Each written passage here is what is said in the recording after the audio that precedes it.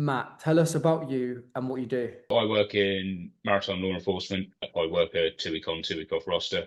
So for me, it's a balance of life between work for half the month and then being at home for half the month. 35 and living in the sunny UK. When did you first realize that this wasn't just a fitness program? It was more of a full identity reset. I think for me, it was like when you started, like got onboarded and like all the stuff that came through to look at, a lot of documents, all the videos you start going through and going, "Oh, it's not just about fitness, it's about like how you live your life, how you conduct yourself as a person, like how you interact with the environment, like what you eat, how you sleep, how you organize your life." Quite early on, you're like, "Oh, it's not just about going to the gym and looking buff, it's about getting your life admin together and sort of doing the best you can." If you lost all this progress overnight, how would that affect your life? It'd be grim. It'd be bad times because it's been a very good curve of seeing results, feeling better, like living better. To go back to square one, it'd be like a kick in the teeth. Life is better as it is now, so stick with that.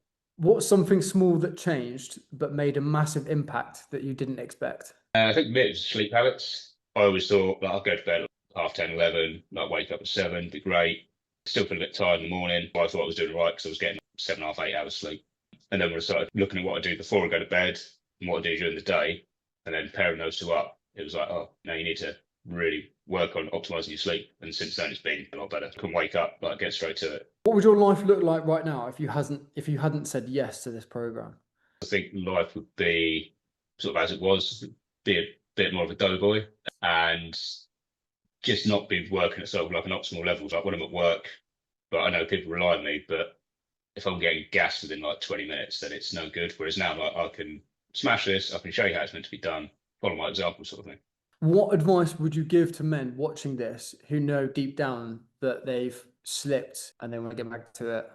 Like reach out, make that contact, because even like the first initial calls that we had, you're like, you can easily sort this, you can up your game quite easily.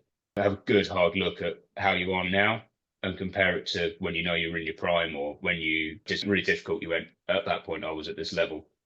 When I look at it now, could I do it to the same level of effectiveness or be as good as I was? And if it's a no, then sort of have a good hard look at yourself. How do you walk into a room now compared to before this started?